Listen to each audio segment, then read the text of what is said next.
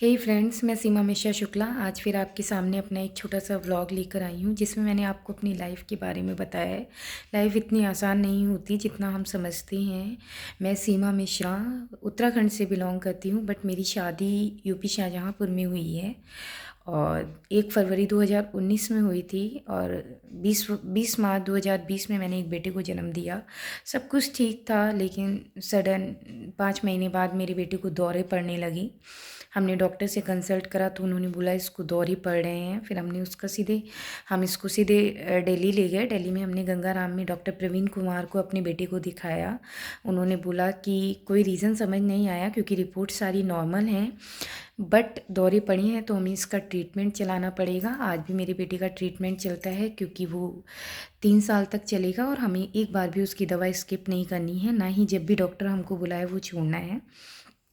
उसके बाद सब कुछ ठीक था। 2020 में 20 मार्च को मेरे बेटा हुआ था। उसके बाद उसका ट्रीटमेंट हुआ और 2020 नवंबर में ही मेरे फादर को हार्ट अटैक पड़ा, जिसमें उनकी कंडीशन बिगड़ गई थी। हमने राम मूर्ति बरेली में उन्हें एडमिट कराया तो डॉक्टर्स बोले कि ब्लॉकेज है, स्टंट डलेगा। हम लोगों ने स्टंट डला दिया।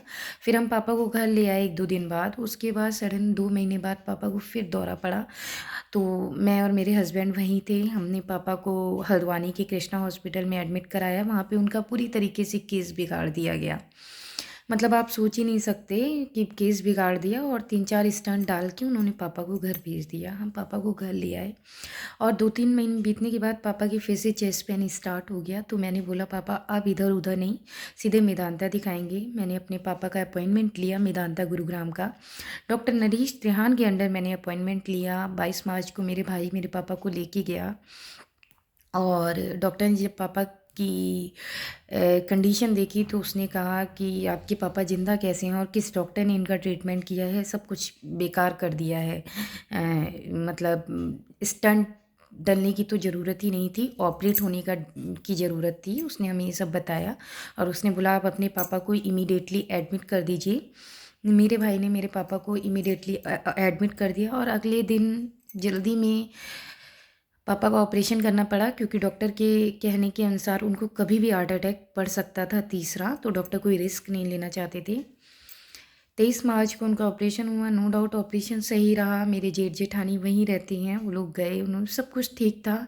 लेकिन ऑपरेशन के 24 आवर्स बीतने के बाद भी जब पापा को होश नहीं आया तो हम लोगों ने डॉक्टर को बोला, तो डॉक्टर ने बोला कि आपके पापा के ब्रेन में 70% क्लॉट हो गया है और आपके पापा का 5% ब्रेन काम कर रहा है। आंखें जा चुकी हैं क्लॉटिंग की वजह से और वो कोमा में हैं। अब उनके बचने के कोई चांस नहीं है। 1% चांस है अगर वो बचेंगे, अदरवाइज़ उनके कोई चांस नहीं है। मेरे भाई ने मुझे फ़ोन किया, मैं और मेरे हस्बैंड दिल्ली के लिए रवाना हो गए। वहाँ पर जाकर मम्मी की हालत देखी, मम्मी को संभाला, सब चीज़ें की और डॉक्टर ने बोला इनको वेंटिलेटर से हटाना चाहते हैं, आपको साइन करने पड़ेंगे। बट हम लोगों ने मना कर दिया। उन्होंने बोला पर डे 1 लाख रुपए चार्ज होगा। हमने कहा कोई बात नहीं, आप पापा को रखिए जब तक उनमें सांस है और जब तक उनकी सारे ऑर्गन्स काम कर रही हैं। उसके बाद वहाँ पे बैठी, वहाँ एक छोटा सा मंदिर है मेदांता में, वहाँ पे एक बुढ़िया सी बैठी थी, वो पूजा कर रही थी और उन्होंने मुझे और मेरी बहन को बुलाया। हम लोग होश में नहीं थे तो उन्होंने मुझे बोला कि बेटा ये कलावा ले और ये तू मेदांता हॉस्पिटल के अंदर रखना। उसने हमें कोई एक जगह बताई थी और बोली तेरे पापा इसी हॉस्पिटल से चल के घर जाएंगे, जहाँ पे डॉक्टर ने हमको 1% की उम्मीद दी थी कि 1% चांसेस हैं, आप इन्हें हटा लीजिए, 5-7 मिनट का खेल है, सब कुछ खत्म आफ्टर वेंटिलेटर। उसके बाद हमने कहा नहीं हम पापा को रखेंगे और आप विश्वास मानिए 4 से 5 दिन बीतने के बाद मेरे पापा में मूवमेंट होने शुरू हुए। उनकी आंखों से आंसू गिरे, उन्होंने हाथ चलाए, उंगलियां चलाई और 12-13 दिन के बाद वो प्रॉपर होश में आ गए। हाँ, एक क्लॉटिंग की वजह से उनको सेंस नहीं है, जो कि आज भी नहीं है, बट उनकी वो जो भगवान का रूप लेके आई थी बूढ़ी माता जो भी थी हम नहीं जानते, उनकी भविष्यवाणी एकदम सच रही। मेरे पापा उसी हॉस्पिटल से चल के आए जहाँ डॉक्टर ने 1% चांस बोल दिए थे कि नहीं बचेंगे, 99% उनको मृत घोषित कर दिया था। फिर दो 2021 में पापा को हम घर ले आए अप्रैल में उसके बाद हम लोगों ने लखनऊ में मेरे मम्मी पापा ने नया घर लिया था। मेरी मम्मी दिवाली से 13-14 दिन पहले वहाँ पे शिफ्ट हो गई।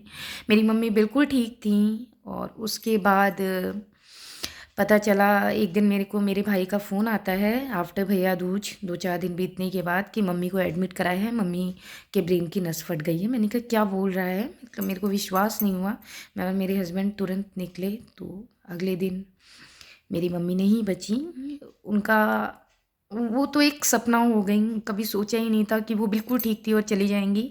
आज मुझे उनकी कई बात याद आ रही है कि वो माता रानी से एक ही चीज़ माँगती थी कि मैं सुहागन जाऊँ। उन्होंने पापा को ज़िंदगी देके अपनी ज़िंदगी भगवान को समर्पित कर दी। ऐसे लोग बहुत कम होते हैं। मेरी मम्मी ने सच में ये चीज़ की है, आज वो मेरी लाइफ़ में नहीं है। मेरी मम्मी नहीं है और मेरे पापा को सेंस नहीं है कि उनकी कोई बेटी भी है या नहीं है, बट वो है हमारे साथ, हमें इसी बात की खुशी है। इसीलिए मैंने सोशल मीडिया अकाउंट बनाया, आप लोगों से जुड़ी। मैं चाहती हूँ कि आप लोग मेरे को समझिए और ज़्यादा से ज़्यादा मेरे साथ जुड़िए। मैं अपने दिल की बात आप लोगों से करना चाहती हूँ, कोई परेशानी हो वो शेयर करना चाहती हूँ। इसलिए मैं बस आपका सपोर्ट चाहती हूँ, मुझे सपोर्ट दीजिए। और हाँ, एक बात और, लाइफ़ बहुत ब्यूटीफुल है, इसको जी भर के जिए क्योंकि ये दोबारा नहीं मिलेगी। मैंने अपनी लाइफ़ ख़त्म कर ली होती अगर मेरे आगे मेरा बच्चा नहीं होता। मैं इतना पति का भी नहीं सोचती, बट मेरे लिए मेरा बच्चा बहुत इम्पोर्टेंट था और वो भी अंडर ट्रीटमेंट है। क्योंकि मैं अपनी माँ को बहुत प्यार करती थी। मैंने अपनी माँ को बच्चों की तरह पाला था क्योंकि 2011 में उनका हार्ट का ऑपरेशन और 2015 में उनके यूट्रस में कैंसर था, उसका ऑपरेशन हमने फोर्टिस में कराया था, फोर्टिस नोएडा में। बट हाँ, लाइफ से लड़ना ही लाइफ है, परेशानियों से लड़ना ही लाइफ है और इससे कभी हार नहीं माननी चाहिए। मैं भी नहीं मानूँगी, कभी नहीं मानूँगी। कभी ऐसा भी दिन आएगा जब मैं भी बहुत हैप्पी होंगी, मेरी भी सारी चीज़ें होंगी। इसीलिए मैंने सोशल मीडिया पे अपना अकाउंट बनाया, यूट्यूब पे आई और आप लोगों से अपनी बातें शेयर की। और सच मानिए, मुझे आप लोगों से, मुझे नहीं पता मेरे में व्यूज़ आते हैं या नहीं आते, बट मुझे बहुत अच्छा लगता है आप लोगों से ये सब शेयर करके। तो प्लीज़ इसी तरीके से मेरे साथ जुड़िए और मुझे समझिए। धन्यवाद।